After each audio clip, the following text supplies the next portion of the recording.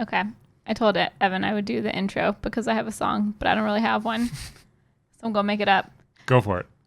It's podcast time. It's the Evan Katelyn pod where we talk about things. Yeah. Okay. New tradition. Uh-oh. Hi, guys. Welcome to another Evan and Katelyn podcast. Let's just jump into things. Today is going to be a Q&A episode. Yeah. But before specifically a Patreon Q&A. Yeah. So thank you to everyone over there for your support. But first, we're going to talk about what's new. What's new, Katelyn? We've just kind of been here at home, not leaving much. Not leaving much. You know what we have been doing a lot, though? Streaming. Which is kind of like leaving, but just in a digital way. Hanging out with hundreds of our friends. Yeah, we've been streaming a lot more. Like a lot more. And it's been really fun. And one thing that we've done 2 times since we last recorded a podcast is 2 charity streams. And I remember this because our last podcast, we were like, oh, our charity stream is tomorrow. How's it going to go? Oh, yeah. You know? So we've done 2 now, which is pretty crazy. And they went really well. Yeah, the first one. We were so nervous. We were so nervous. The first one raised $4,700. The second one raised $7,400, which is super, super cool. Really proud of our community coming together for that. Over 12,000 in total in a couple weeks. Yeah. Across these 2 streams. All of our pandemic relief, all of the funds going straight to charities that can really make a difference. Buying masks, buying food for people who need it, you know, and we just helping out in general. We do still have the second one open on Twitch. So if you're like, I want to do some good, like we're not doing another big charity stream, but we're just keeping it open. Mm-hmm. But it was nerve-wracking because, you know, typically our streams, we stream for like 2.5 to 3.5 hours. Yeah. That's kind of our average. That's kind of like, I'm not sure if we've talked about this yet, but Katelyn and I define introverts and extroverts by like, do we get energy up by being around other people, or do we get energy up by being alone? And being alone would be introverts, and being around other people to get your energy up, extroverts.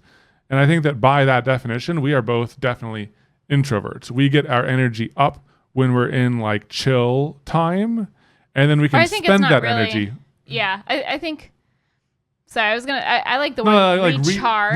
Recharge. Because when you say get energy, that might mean like get pumped, but like. Like we're just like alone and we're getting so pumped. Yeah. Yes. No, recharge our batteries. Yeah. And so typically after like a few hours of being like very social, we're like it's nice to take like a little break and just kind of, you know, like get to our computers and do some quiet computer productives. But doing our first stream was 7 hours and the second one was 8 hours. Now that's a marathon. That's a marathon. And don't get me wrong, it was super fun. It was like, it's kind of like when we've gone to events and it's just like so much concentrated goodness, but then you're so exhausted afterwards because it's like a lot more than you're used to. Well, we also pushed ourselves in other ways because we didn't want the streams to be like just one thing. So in the second stream, Katelyn did art live, taking request drawings. That was so fun. You know, we played internet games like Google Feud and everything, and we like. I think that pushing ourselves like for a good cause like this also had the side effect of allowing us to grow and get more confident in Twitch streaming in general, which is cool. Yeah, and try some new things. Like I would totally do more request drawings. Some people have been submitting like colored versions of them on Twitter, and it's so cute. Maybe we should just do like an art stream where Katelyn just draws art all stream, and I like. Me and chat and everyone, we just hang out and watch Katelyn draw because it's fun. And you can like read people's, because I couldn't read people's comments when I was drawing. Yeah. So if people had feedback, I had to like take a break to look. So you can like give me suggestions, like add on to the drawing. Yeah, that'd be so fun. I want to do that. Yeah, that'd be fun. Well, hey, maybe if we like want to keep streaming, but we don't want to overload our editors, like we want to give them a chance to catch up, we'll start incorporating those because they won't be edited highlight streams. Yeah, and then after the stream, we'll post all of your, like you can do it in layers this time, and then you can post all the Photoshop files. So people can color them? That'd be fun. That'd be fun. But yeah, it was a really good experience doing the charity streams. And it just, you know, it gives you the good feels seeing you guys come together and raise so much money. It was pretty dang awesome. And like, you know, we're relatively new to Twitch. We're not super established streamers, and there was a lot of really big people streaming that day, and I think we were ranked like number 18 or 19. Yeah, of all the hundreds of people raising money, like the you guys, the community that came together around us to do good deeds and to try to help out during a tough moment for everyone. You guys crushed it. So yeah, that's crazy. It's really cool. You guys are awesome. So for those of you guys who don't know, we have a Patreon over at patreon.com/Evan and Katelyn. We post sneak peeks of our projects. We just like do little mini vlogs, after shows, and all sorts of bonus content over there. And one of the things we did yesterday is request questions from our supporters over there. So we're just going to kind of go through some of those. Our patrons also like tend to be some of the people who know us the best and who have watched a lot of our content and watched a lot of our past Q&As. So there's been really good questions, like not like repeat questions. So it's a really, really awesome place to source questions from. Yeah, and we probably won't. We probably won't get to all of them. All of them today, so we might spread it into a couple podcasts. But I figured we would just start going through some of the ones that we wanted to answer, and yeah. Starting with Sarah. Oh no, I'm really bad at reading names. That's a challenging one. Give it a shot. Schlehein.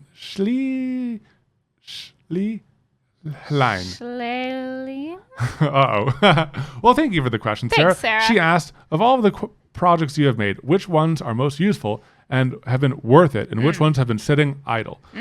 Number one that's so been worth it are desks.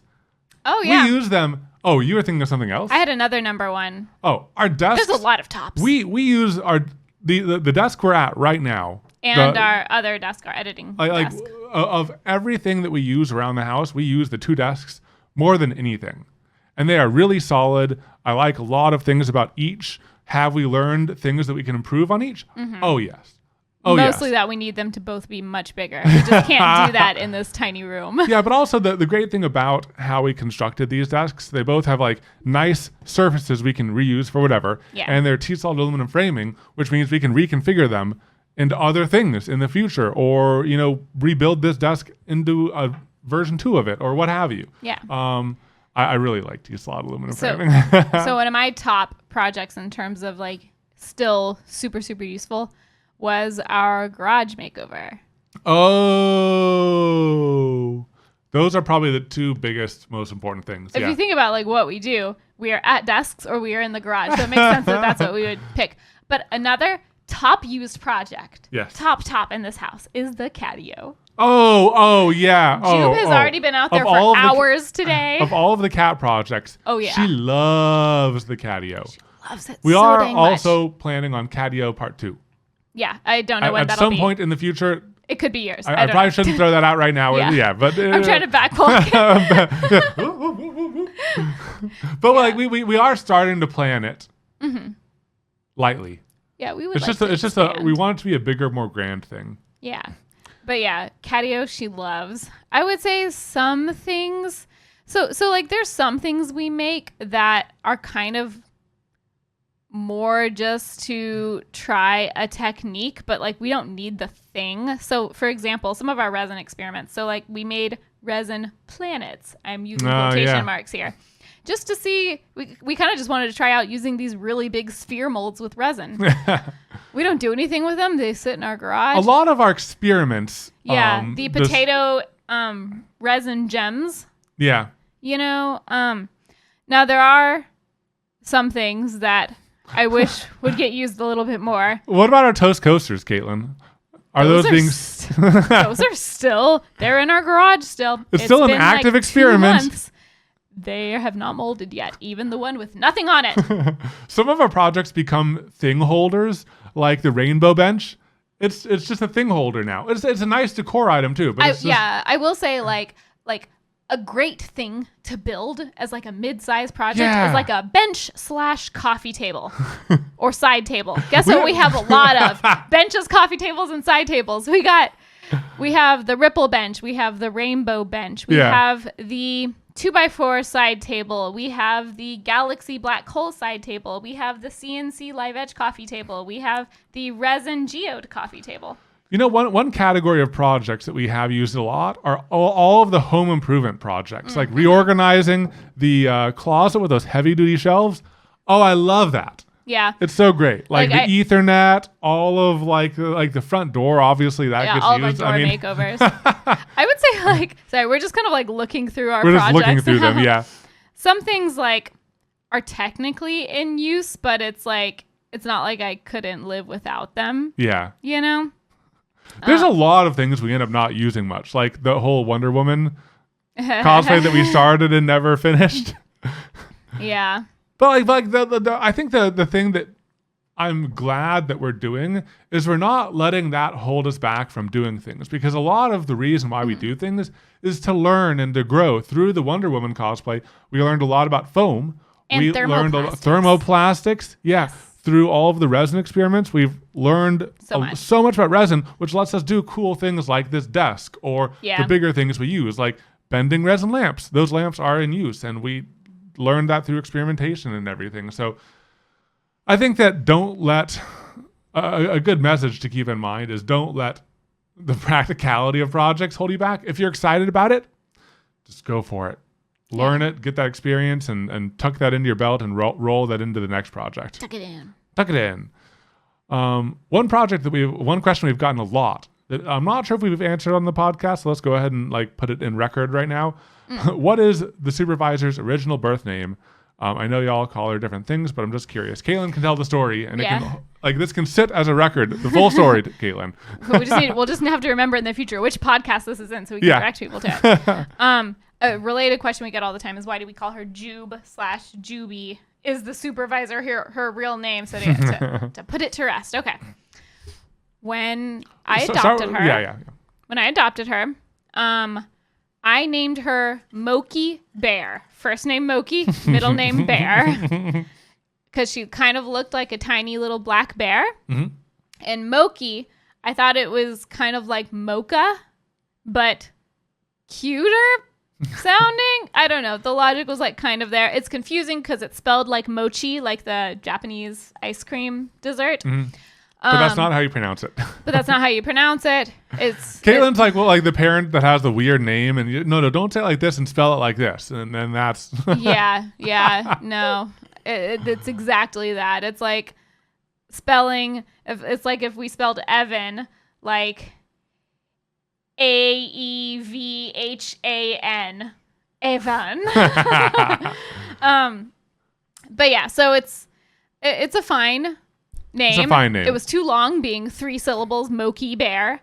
And we still sometimes call her Moki. We call her Moki, like if we're talking about her to people that don't know her by her nickname. You know, I don't know. It's not often. Or like if I go, for like vet checkups, I say, this is Moki. Her formal name. Or if she's in trouble.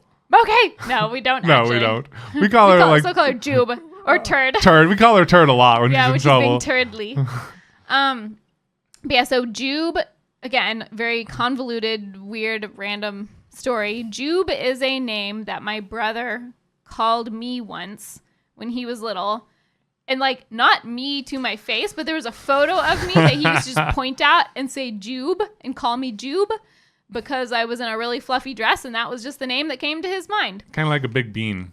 Yeah, I did look kind of like a big fluffy, like marshmallow. More of a marshmallow. I looked like a marshmallow. I was really fluffy. And so somewhere deep in my brain, because this was long before I adopted her, I had it in my brain that Jube is a cute name for something small and fluffy. So I started calling her Jube. And, that evolved into all the various, like, variations. Juby, Juba, Jukin, Juke. Like, Jubear. Yeah, with Jubear, the combination of her. Jukin. Yeah.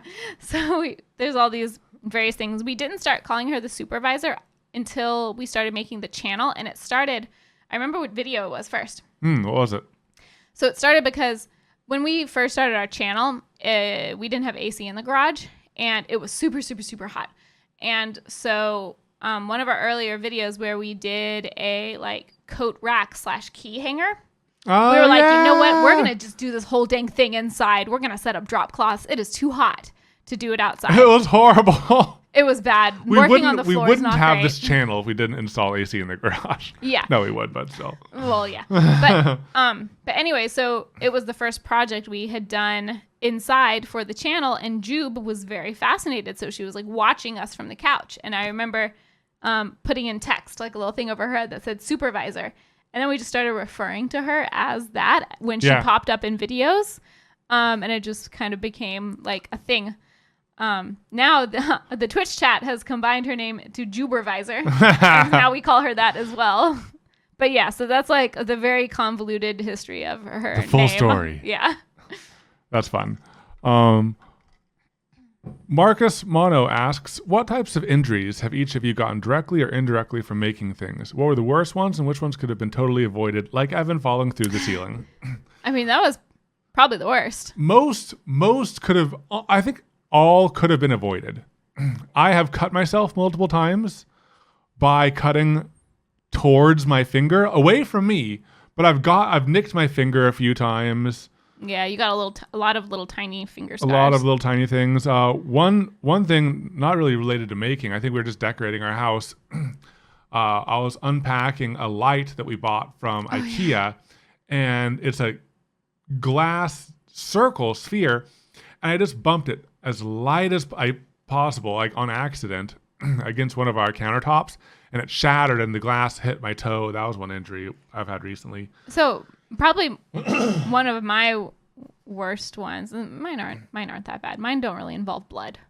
It was in the workshop, but it wasn't related to a specific project. We were just kind of cleaning up. But I dropped a 2x4 on my toe. Oh yeah. And I thought it broke. It didn't. But like I couldn't move it. It was really swollen. Yeah, we had to like ice it and I was in elevate like it and tennis all that. shoes, and it was just a 2x4, and it wasn't even that far of a fall. I don't know what happened. It must have hit it like just right on the corner. Yeah. And that was, I mean, I guess I could have been wearing steel-toed boots, but just to clean up. But I did not think about that. In general, we are very conscious of safety. From my engineering background, I came from a background where safety is super, super, super important. We have meetings before we do things, and it's like, that's just been drilled into my head, and I know how dangerous a lot of this is. In our videos, we come across as silly and fun, and we are silly and fun. But at the same time, before we do things, Katelyn and I usually check in with each other and say, like, okay, I'm going to be here, you're going to be here, we're going to move like this. We like if it's a test, if it's like a big cut, we like make sure everything is braced, and we like test it to make sure that but we just don't capture all of that because that's not interesting. If we're doing something with fire, we have a fire extinguisher nearby, and you know, there's lots of various things. Yeah, but that does make it into the video so much because it's the silly things that are more fun. Yeah. Let's see. Yeah, Evan falling through the ceiling though, that probably was the scariest. That was the scariest, and that was the accident that had the highest chance of serious injuries. That is scary. Attics are just scary in general. You were pretty bruised up on your back and your legs for a while. That probably was one of the worst. After that. But we've been pretty lucky, like nothing major or life changing. Yeah. Yeah. Okay. I'm trying to think if there's anything else, but I don't think so. I did kind of, not too bad, but making the cat treat toys, the foraging toys. Oh yeah, when it slapped, like the drill slapped you? Yeah, when the drill slapped me, that hurt. It didn't I don't think I bled or anything. That drill slaps. That drill slaps. Maker Barn John asks, sometimes Katelyn wears glasses and sometimes not. Is there a time or place when you always need them? Are you farsighted or nearsighted? Do you use contact lenses? Okay, so we each have eye stories. That's true, yeah. Different. It's just you don't wear your glasses super often. Sometimes in videos you wear them. So my eyes are confusing. One of my eyes is nearsighted. One of them is farsighted. I actually have perfect vision. I can see very detailed. I'm looking at the mic that's like in front of my face, and I can see it really well with my nearsighted eye. With my farsighted eye, I can read way over there. My brain just has acclimated to it. And I'm like, it's strange. When I put on glasses and both of my eyes have far sight again, I get headaches. I get dizzy sometimes, which is why I usually don't wear them, because I have perfect bifocal vision built in. I have perfect bifocal vision. I mean, okay. Like the thing is, as I age, like how do you they both focus. Get more extreme? Yes, because how you focus your eyes is there's a muscle in your head and in your eye socket and everything that pulls and contracts and shifts and everything. And as you age, that gets weaker. When you're younger, you can see far and near because your muscles are really good. And as you age, that muscle ages and you aren't able to focus as much. It's more of like a fixed lens, and you can only see at like one focus range that your eye is naturally shaped for. So as I age, my far-sighted eye is going to become more far-sighted and my nearsighted eye is going to become more nearsighted. So I'll be able to use one eye for close and one eye for far. So it's different for me. I had to get glasses starting in like 4th or 5th grade, and I had them all the way up till I was 21, and I got LASIK surgery, which was great. And it lasted for many, many years. But one thing that I didn't know when I got it is that it eventually kind of starts degrading. And so I am now, when we started the channel, I was okay. At this point, 3 years later, I have gone through a shift where my eyes have started reverting. They're not nearly as bad as they were for most of my life, where I couldn't see more than a couple feet in front of my face. But they're bad enough that, like, without my glasses, I can't read the labels on anything in our closet or, like, the text on my computer, which is a little bit away. So it's like your eyesight is very usable. It's just like far away details aren't the best. So yeah. So oftentimes for like when we're streaming, Katelyn needs to read the text on the screens that's really, really tiny. Or also, the reason I wear my glasses more on stream and for podcasts is actually because I don't feel like putting on like as much makeup as I do for filming, and I'm like, I'll just throw my glasses on. But it add some fanciness to your face. Yeah, add some fanciness, some intrigue. The computer's close enough that I can read it decently most of the time. Sometimes extra small things I do have to go in a little bit closer. Yeah. But yeah, so I hated having contacts. I don't think I would go back to contacts as like a regular measure. And sometimes I'll be wearing my glasses and sometimes I won't be. It's kind of random. All right, Will Burke asks, Evan, how did the coding for the poster project feel? It's a completely different skill set compared to a lot of other recent project tasks. I, in general, like coding. It's fun to problem solve. It's fun to do that. I took robotics classes in college while I was studying engineering as an elective, and I really liked it. So on that side of things, the actual like doing of it and learning of it, I like doing it. I like learning it. But what Katelyn and I do, our business is creating content. And I just haven't seen any examples of people creating widely accessible coding content that is entertaining and desired by people to watch. So when you say coding content, you mean like instructional coding Instructional coding content, or like, I think that demonstrating what code does is interesting, like demonstrating the end result of my work in the poster project was interesting and was pretty neat. But like the actual process of coding, for me at least, involves Googling a whole bunch, researching codes and libraries, looking at example codes, pulling snippets from here to there to there to there, testing it out. It fails. Testing tweaks out. It fails. Lots and lots of failures. Tons of iterations. I probably exported code 100 times during this project. And like that many repeated failures and tests, just at least for my level, it's just not, I just don't see it making good content. And that's okay if we had time, but we just haven't had that much time. So it was interesting. I'm glad I did it. I'm going to keep on doing it, but I think that like me learning code is going to kind of be a side hobby.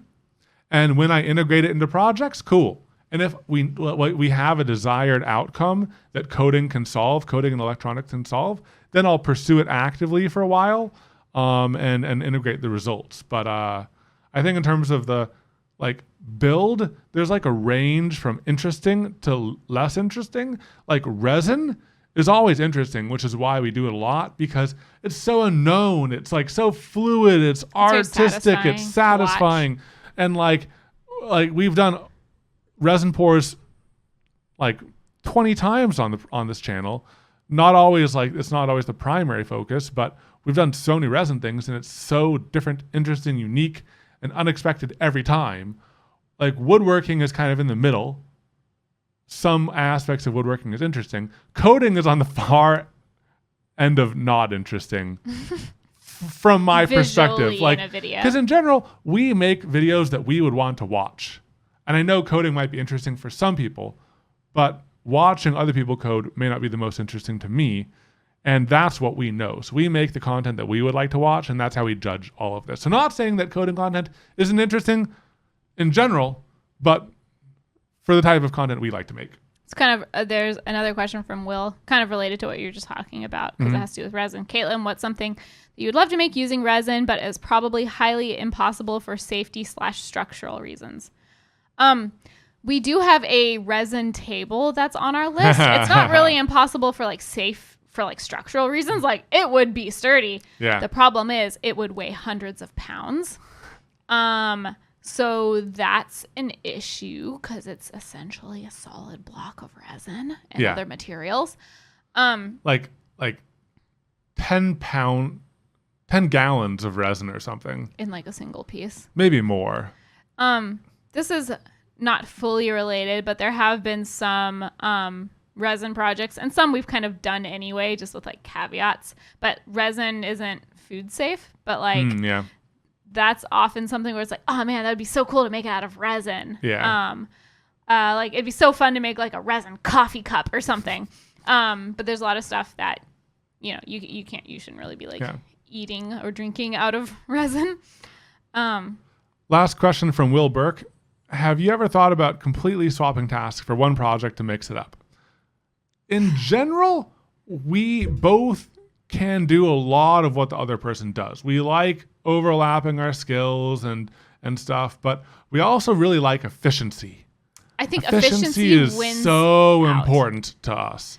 Yeah, efficiency always wins in the end. So I don't foresee us being like, hey Katelyn, how about you learn CAD right now? Just even though in theory it'd be great for me to become more proficient at CAD. And it would be great for like you to, do more of the graphics, like graphic design or something, and it's not, but even like especially you do some graphics editing. I feel like there's more things that like Evan does that I can't do than I do that you can't do. No. What, Katelyn, what do we do? What's the main thing we do? Make videos. Yeah. You need to edit for that. I know, but and you Katelyn can does edit. You can. Oh, no. Like, I halfway edit. That's true. I would do like the difference between my edit and Katelyn edit. Like, I would 50% edit. Katelyn like gets it pretty close to 100%. And also, she like while she edits, she's done it so many times. She knows like as she like drags content in, she knows like the flow of things. She knows when to go fast, when to go slower. She knows what music to put in and everything. And that's just something I'd struggle with. And I'd feel frustrated and I'd go very slow. Like, would it in general potentially be good? I don't know. I don't know. Like I'm not sure. Like in some ways, maybe I could help out if you are, not available or you need a break or something. But let's just like structure our schedule and life and everything so that neither one of us is completely overwhelmed and we can balance each other out. But in general, we haven't really considered that. If there is something that like, if there's a specific task where it would make the video more entertaining, I could see us doing something like that. I can't think of the best example, but like, let's say this example obviously doesn't apply to us, but let's say Evan was really great at soap making and I sucked, and I was really great at candle making and he sucked. Yeah. And we kind of like instructed each other to do the other task. It's something where it's like the process is entertaining, but like me trying to learn CAD is not entertaining to watch. So, and if it's not entertaining to watch, then of course there is value in learning things. We just don't have the time, you know.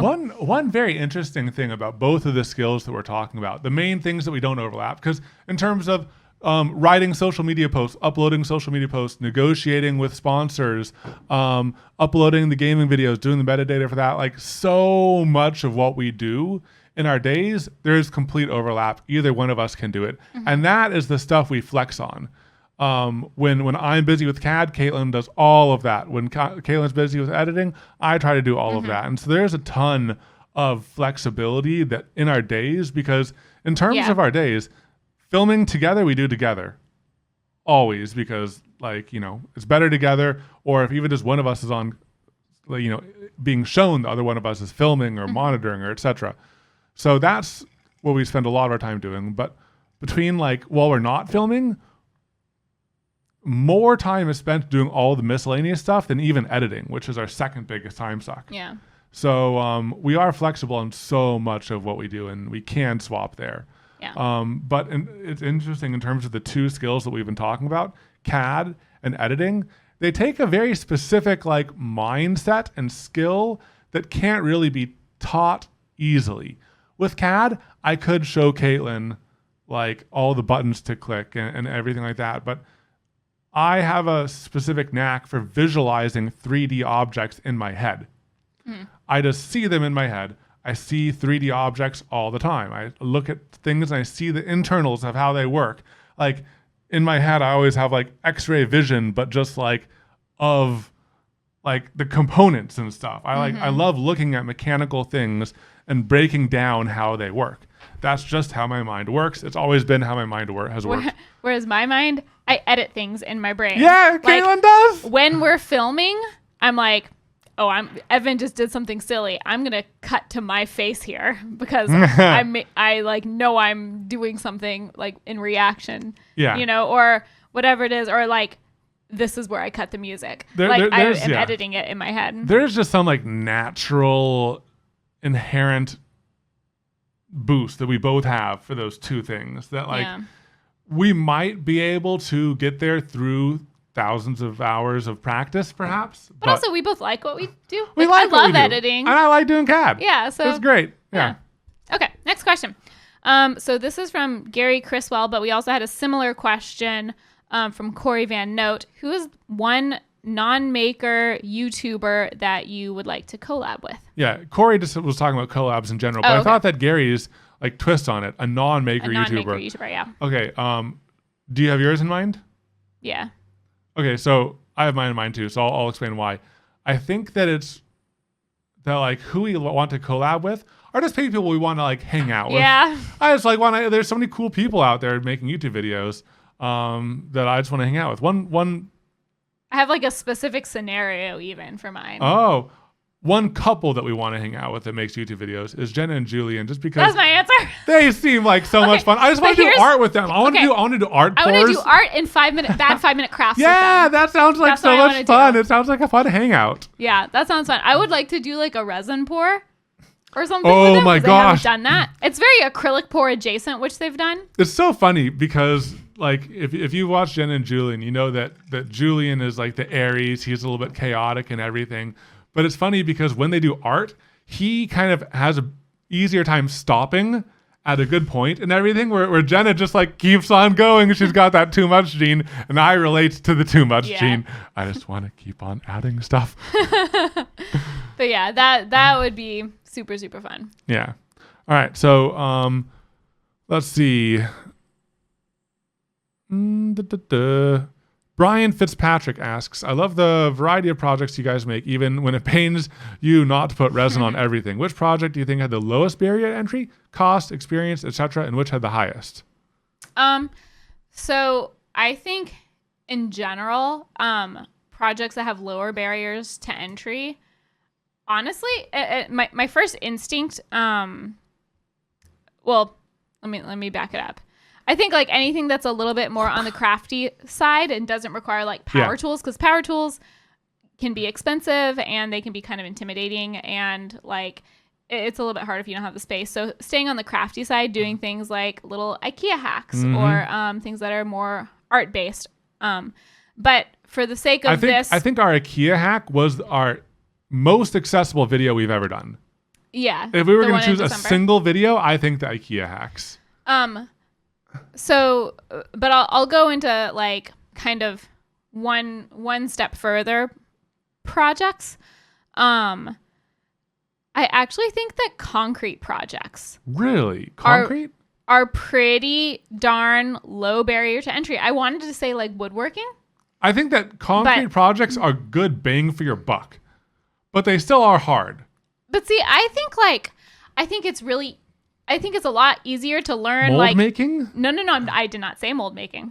There's a lot of concrete stuff you can do without mold making. Just like little simple hacks, like the concrete stools and stuff, or like concrete bucket stool. Like one of our first project is we just made these little concrete letters doing using store-bought molds, concrete coasters using store-bought molds. Yeah. There's a lot of concrete stuff, or even if you're setting up like slightly bigger things, there's a lot of really easy molds you can make just using wood. What about flow acrylics? Yeah, but that goes into my first category of like art and craft videos. Okay, so excluding arts and crafts. Excluding arts and crafts, I actually think that concrete can be one of the lowest barrier to entry because it's very cheap. Yeah. There's not that many variables. You know, with woodworking, there's so many more variables. The type of wood, the level of tool you have. And concrete is more foolproof than resin. It's cheaper, way cheaper, which makes it a lower barrier to entry. Concrete. Yeah, and you can just like get it at the store near you. Well, I guess resin you can get near you. Yeah. Concrete and crafts. That's on the easy side. Crafts. I have one in particular for the hardest. Okay. What's yours? Oh, I didn't think of one in particular. I have like a hard category. Let's see. Let's see if my category lines up with you. I think digital fabrication based ones. And I would say specifically CNC. Are the hardest. CNC are big barrier to entry. You need to know CAD. You need to know programming. Yeah. I mean, like if you go with the complex ones, you can just like open up easel, draw shapes, draw letters, and it just cuts. And it can be super that's pretty easy. Like still expensive, but it can be easy if you go for the easy ones. Yeah. I have something even harder. When I first thought of like our hardest project we've done, I actually thought of the randomized poster. That involved a ton of CAD, so hard, a ton of experiments with like materials and everything. It required electronics. It required like wiring and programming and a whole bunch of CNC and all that. And I thought that was going to be our hardest, but I actually have one step up from that. Damascus knife. Oh, gosh. You need a lot of equipment, a lot of experience, a lot of barriers to entry to make Damascus. Yeah, okay, that one wins. Luckily, we had help. By far. If we hadn't have had Alec there, no way we would have ever made that. And all of his machines and equipment and stuff. Yeah. Woo. Okay, I will say, so that one is different for us because we did do it with Alec at his shop with all of his stuff. But it was a project that we took on. Yes. One project that like I actually think was decently, well, it was more difficult than I expected, was actually our resin geode table to me. Oh, flattening the slab? Flattening the slab. Well, it wasn't like it was time consuming and annoying, but it wasn't like the most difficult thing, because what we could have done is we could have just dropped it off at a woodworking place and paid them money, and they could have just given it to us. Yeah, but you can like use that. You can use that argument for like almost anything. Yeah. Anyways, I think Damascus wins. Damascus wins for harvest. All right. So Tony Tang asks, when you guys started the channel, was it hard to motivate yourself to shoot and edit the videos? I shot a bunch of videos and never actually found the time to edit any of them. It was very easy to motivate ourselves to shoot and edit the videos because that was the whole, like we knew why. We knew why we were doing it. And we were very driven to accomplish those goals. If you don't, I think it's easy to like lose steam if you don't really have a vision for the brand, for the business, for the channel, for just all of that, because it's what we do is fun. What we do is enjoyable for us, but it's not easy. Mm-hmm. It takes a lot of time and it's draining. Yeah. And I feel like you see so many people putting the stuff that they make on YouTube. And so it's like, well, that seems like the obvious natural progression. Like maybe you start sharing it on Instagram first, then it seems like the next step would be YouTube. But if you start doing that without really knowing why, then I think that's, like you said, that's where you lose your motivation. Yeah. And for us, the motivation wasn't because it wasn't really about having a YouTube channel. It was about finding a way that we could work together doing things that we liked. And YouTube was kind of like the path to that goal. And also, I mean, there's the saying that I don't like in a way, from Silicon Valley and stuff, like fail hard, fail fast. Like if you're going to put a lot of time and money and effort into this thing, like starting a business takes a lot of time, money, effort, all this stuff. We started with fairly basic equipment, but like by now, where we're at right now, we have spent so much money on all of this, the computers, the cameras, the sound equipment, the supplies, the streaming, all of that. If you're getting into this, seriously, you're going to spend a lot of money. So we spent the least amount of money needed to get going. And then we tried to like, hey, let's pretend like this is our full-time job so that we know if we should keep on going down this route. And let's do it as fast and as hard as we can so that we know whether we like this or not. Let's pretend like, let's basically like our mentality was, let's pretend like we're full-time YouTubers right now. Even though we are both working full-time jobs. Yeah. So that's how we went into it. And I think another thing, and this is something that worked for us.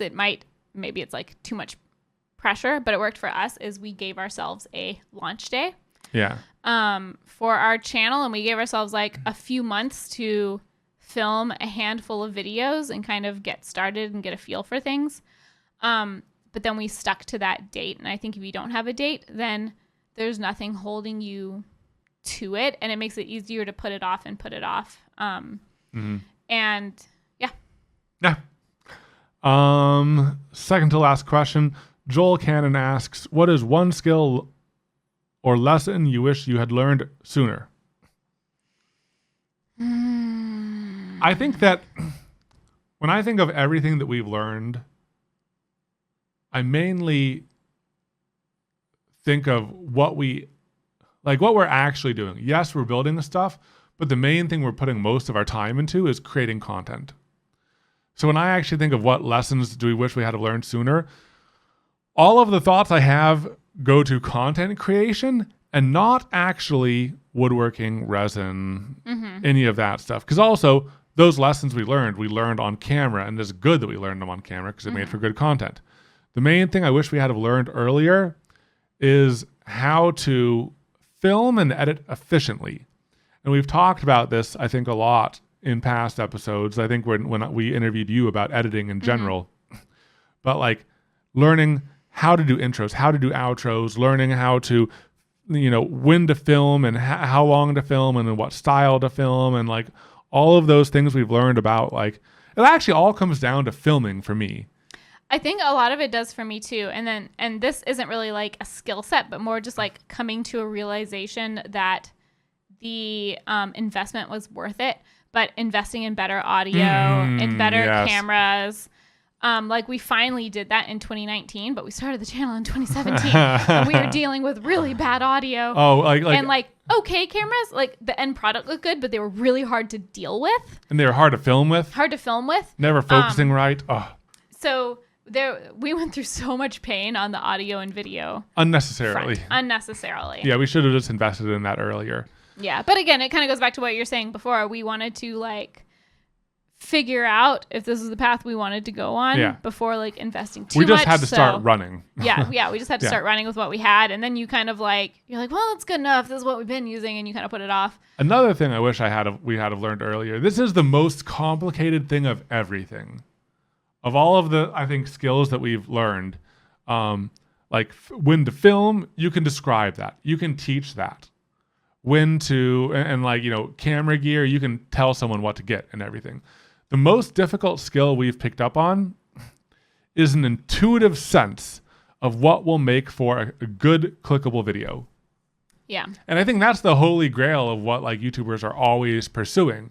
Not that we know it, but we're better at it now than we used to be. When we know it, we have a pretty good feeling. We like coming up with those ideas is painful, difficult, hard, time consuming, not always pleasant. We go through days. Sometimes it is, honestly, sometimes it is. Sometimes it's just kind of flex. When you're under the gun and you need a video project and you're losing days, then it's hard. If you're just discussing ideas over coffee over a chill morning, that's amazing and fun. But like coming up with ideas is really hard. But like knowing when you have it, I think that's the thing that like we've gotten so much better about, and knowing when we don't have it and we need to keep on pushing. Yeah. Yeah. Yeah, I would say so. And I was trying to think of like other kind of behind the scenes skills. I feel like we actually on the business side of things in terms of like talking with sponsors and this and that, I feel like we did pretty well early on, just kind of like because of our past business experience too. Yeah. I mean, we both worked at large corporations. Yeah. And we know what corporations want and stuff to a certain degree. And we know how to talk with them. And in terms of things like video style, if we'd shifted our style earlier, it might have been too forced or whatever. So there's a certain amount of like, I don't want to change. I wouldn't wish for things to be different because I like where I am now. And if things had been different, we might not be where we are now. I think that if I were to say like one skill I wish I'd have learned sooner, if we could only choose one, I might choose knowing what videos are good. Yeah. Because more than anything, I think that would benefit us. Yeah. Because if from the beginning we had have known how to choose those more like clickable videos, we would be even bigger than we are now. Not that that's the point. I mean, the point is to hang out together and have fun. But a lot of what we're talking about is like for the benefit of the business, and the bigger the channel is, the bigger the business is. So yeah. That's my thoughts. Yeah. Last question from Sarah Launer. Do you see an N in there? I don't see an N at all. Sarah Lauer. What does the perfect day off look like for you? Okay. I want to hear your. I have two answers. Okay. And I want to hear yours first. Okay. So, not waking up too early. We make really good coffee at home. So probably having some coffee, just like chilling on the couch, chit-chatting. Then we would go to brunch. Yeah. And have tasty brunch. I'm thinking that the pasta place. Oh, with yeah, the French pasta toast. place. Oh, yeah, so good. So we would go have brunch. And then I don't know the exact order of things. There would definitely be like massages. Like I want to go get massages and like commandeer someone's hot tub. Maybe it's at the place we get massages. Maybe we borrow your parents' hot tub. I just want to like be in a hot tub and like just relax. 100% relax. Just like float there. Read. Yeah, read. Chill by the pool / hot tub. And then like have a good dinner and watch a movie or something, and then go on a walk. That would be my. I have two categories. That would be my ideal normal day off. Yeah. And then my dream day off. Oh. We would be in Krabi, Thailand. Oh well, yeah. We would be at this one resort that we absolutely love. It's where we went on our honeymoon. It's where we went on our honeymoon. We'd be there and we'd just have like another day like we had on our honeymoon, just like being at the beach, traveling around, going on a hike, going out on a boat to a picnic lunch on an island. Like this like a vacation. Vacation life. Living that vacation life. That'd be my ideal day off. That's a very big amount of a stretch. But like if someone's asking me what my ideal day is, that'd be my ideal day. Well, yeah. All right. Well, I think that's a great place to end it. Thank you everyone who submitted questions. We'll try to do this again in the future and just keep on answering your questions. This is really fun. Wait. We gotta do the thing of the week.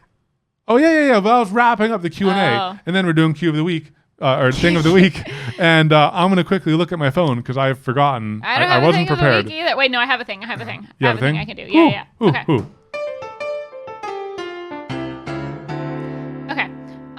So my thing of the week, it's not a specific video, and I'm gonna try to give like a content thing because I know a lot of people are looking for like extra stuff to watch, and a lot of you guys have probably already heard of this because it's not like it's a small thing. But Bon Appetit has you're gonna take my thing. I said it first. Bon Appetit has been doing this like at home series, and it's really cute, really well put together. It's like all your favorite characters from Bon Appetit in their home kitchens, and it's filmed where it kind of cuts back and forth between them, and so there will be a theme like making their favorite coffee or making pantry pasta. It's so cute and wholesome. So cute. I don't know, I love it, and I pick up tips. You get to see their pets and their kitchens and like their kids, and it's just really cute, really wholesome. Like you kind of just feel like you're hanging out with them. Yeah. It's awesome. There's several in the series, and that's my thing of the week. Did I talk long enough for you to find a new thing of the week? Okay. Okay, this is going to be completely random because it's just kind of coming out of nowhere. Is it? Yes. Sorry, that was odd. Okay, so Katelyn and I also run a gaming channel called Evan and Katelyn Gaming. You might have heard us talk about it a few times. We might mention it all the time. So I every now and then will watch like another person's gaming video just to see what other people are doing and stuff like that. And a lot of them are fairly typical, what you'd kind of expect from gaming videos, except for this one channel, Neebs Gaming. What the heck? I've never seen more cinematically edited gaming videos that are also so hilarious and like immersive. They're like a TV episode. They're very interesting. They're very unique. So like they usually wrap around a plot, which is good. Yeah, it's kind of like what we do. We start with a plot. In all of these games, they also have a person also there, just being a camera person, not doing anything, just feel like, you know, like they have they have three main characters, and then usually like a camera guy who's another player in the game that is just watching the other characters, so that there's a camera quote unquote view of what the three people are doing. And they do like establishing shots, so like they do like sunrise or sunset, or like a shot of their base from outside. And they like in one scene, one of them was being pulled underwater, and like they had the underwater voice effect, and like it's just so well done, but they're also so well done. It's not just that, but they're also hilarious. But like the unique thing is like how well done it is, because it makes it like a show with the establishing shots and the third person view, and like it's great. That's great. It's so great. A lot of I don't want this to come off the wrong way. A lot of like gaming videos are not heavily edited. The typical gaming video is the game and commentary, sometimes with a face cam, sometimes without a face cam, and usually it's just highlights. All of the funny moments. Highlights as in like the dead parts cut out. The dead parts cut out. And usually it's just like all of the funny things that happened during the gameplay. That's the standard thing.